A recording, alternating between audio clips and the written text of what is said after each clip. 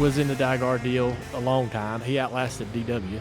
Right. He was in the middle of all that muck when all that was going down with Darrell and his contract and all that. Darrell was interesting back then. Darrell was interesting because he came in with building his own cars, and he was a winner with his own cars. And did your dad build those motors?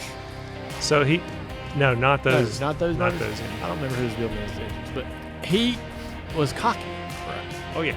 In the late 70s, like he's not. I don't know where DW got that cockiness from, because I don't remember. I know he was a talker and he was a broadcaster and all those things, and he certainly knew how to sell himself. But I don't remember ever him having this sort of, well, I deserve this, or I'm entitled to what I think I deserve. But in those moments with DiGard and the Gardners, there was why was that so difficult for Darrell to settle in? It was a good team. Right. They were getting better and better. They ended up winning a championship with Bobby. Yeah. Right. They become a championship team. Why couldn't he settle in there? I think it was an interesting time, and some of that time, that's the part of my growing up where I don't remember every single detail about it, but I probably remember more of the Bobby Allison DiGard days, because that was when I was around helping in the shop a lot and stuff. But my dad would tell stories about Darrell, and they won a lot of races, settled on a lot of poles, and you're right. I think they were all trying to prove themselves, right, with Buddy Parrott and all that crew. And Darrell just, he got the nickname Jaws for a reason, right? And he was good at that, but he just saw that the junior deal was a better opportunity for him. For sure. And it was. It turned out to be in the end. And but they had a lot of success. But my dad and Darrell actually had some animosity through that whole thing. And I'll tell you a story as a young kid, and this is kind of a moment for me. I was like, man, I'm not sure if I want to be part of this NASCAR thing or not. We went to Bristol. My dad took us to Bristol one night, just me and him, and I think I was riding with the crew. And back then, Bristol, after the race, the fans could come down on the infield, right? And they run like fifth that night. Darrell was complaining about the engines all night at Bristol, right? And my dad's like, well, it was a setup and this and that. Well, anyway, he was pretty fired up, and I'm there after the race, and this fan throws a beer can and hits my dad with it. Why? Because I guess he had heard that Darrell was complaining and back and forth. Well, and I'm sure he was pretty drunk about that time. So anyway, my dad commences to beating the crap out of this guy, and a fan. Yeah. And it was a little justified, but I mean, like, and I'm a young kid. I'm 12, 13 years old this time, maybe younger. Like, man, I don't know about this racing thing. I'm going to church on Sunday and watching this go down, and my dad's beating this guy off, and I don't know about this NASCAR thing. But it was a memory that I won't forget. You know what I mean? Yeah. But shortly after that, they quit allowing the fans to come down. Could you imagine them letting the fans out and just go down and see Dale? Whatever. Well, now they'll hunk it over the fence. I mean, they don't need to be down there to get a beer to you. That's Jeff Gordon, right? But it was an interesting experience. But I mean, that's kind of how far back he used to go to. We know Robert Yates or even Buddy Parrott as some of the best people that at their position, at their roles. They were some of the greatest. And I know at that time in the late 70s, maybe Darrell and even Robert and all them, they didn't know who they really were or what they were capable of. They were still this sort of budding, growing new team. And Darrell wasn't leaving the 28 Havoline Ford. He was leaving a car and a team that, he thought, I'm going on to this. Junior won 3 in a row just a few years ago, right. 76, 77, 78, I mentioned. He's like, I'm going to the best car in the shop, the garage, right? Yeah, that's right. Yeah. Explain though a little bit more, because so there was a contentious contract negotiation. Darrell wanted out of his deal. Was it very public? Yeah. Oh yeah. yeah. Very public. Okay. Silly public. Uh-huh. And so Darrell was there's proof of this, so he can't chew my ass about this. But Darrell would get out of the car when the motor would break and be blunt. Well, if we can get these motors to last, and he would be, and it wasn't uncommon to see other drivers too. I told you about Cale talking about his car and Junior having to say, "Look, you better shut that up." Mm-hmm. But Darrell would get out of the car and if the motor broke, he would say the damn motor's got to stop blowing up.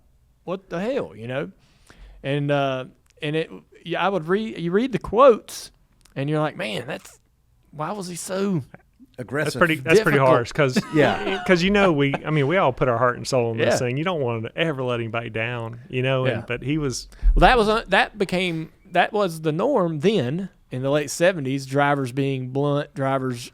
Right. If this thing stay together, we win. I win. I had this race won.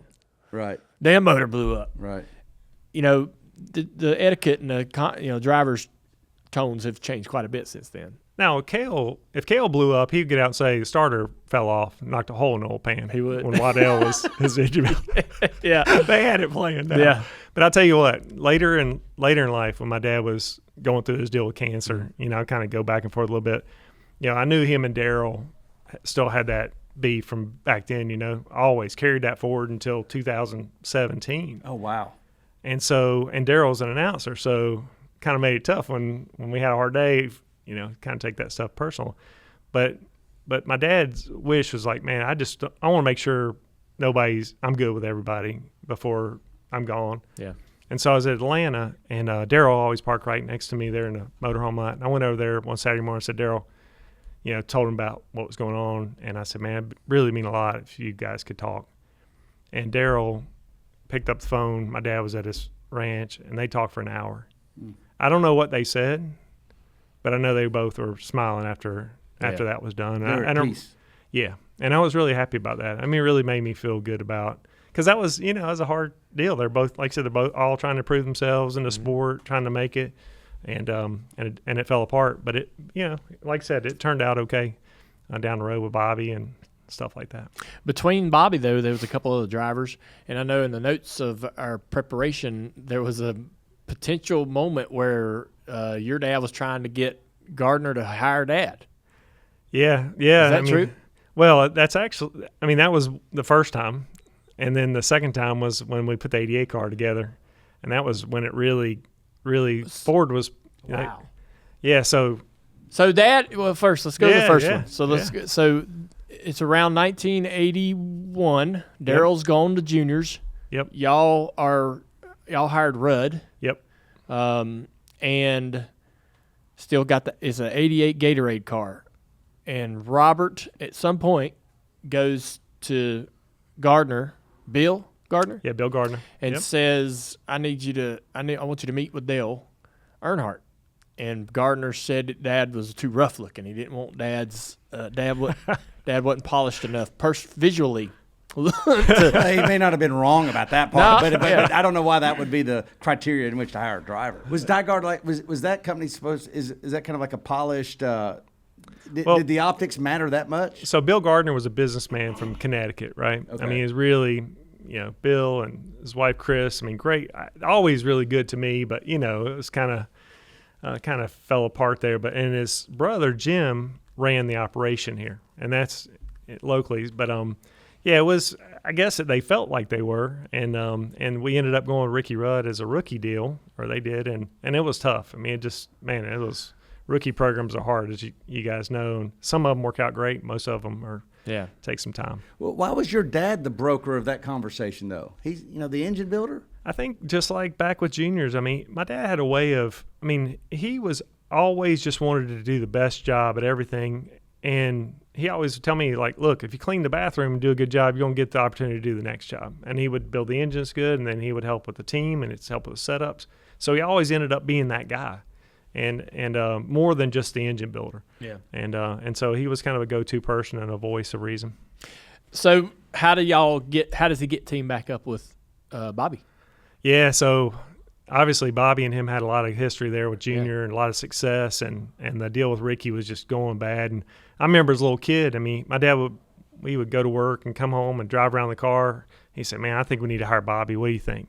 I'm like, yeah, of course, yeah. Why not? So I was a sounding board, not that I provide a lot of input. Yeah. And then ultimately they put the deal together with Bobby to drive an 82, and what a success story that was. Started out winning the Daytona 500. A bumper fell off. My dad told me he was not that good of a welder. He would always he's like, look, it wasn't intentional, but I wasn't a very good welder. We should probably give some context behind that. Yeah. Like that's So is that controversial? So the Daytona 500 1982, the crew chief is Gary Nelson. Yep. Your dad's building motors. I mean, it's a fast car. And if you look at the body on the car and everything about it, I mean, it's built for Daytona and specifically to go down there and win that race. The bumper falling off probably helped things in one way or another, but I don't think it was an intentional, we need this thing to fall off at some point. But that's what people accused of, right? Of yeah, course. it was a bumper gate. And look, this Bumper gate. this Yeah, thing that's was what they call this it. bumper was a chrome. I mean, this thing, I don't know, weighed. It was heavy, right? 50 pounds? I mean, it wasn't intentional, but it did fall off, and they did win the race, and the thing was fast from the start, like you said. Did you enjoy that conversation with Doug Yates? Well, you ought to listen to the entire podcast because the Dale Jr. Download is available on all major podcast platforms.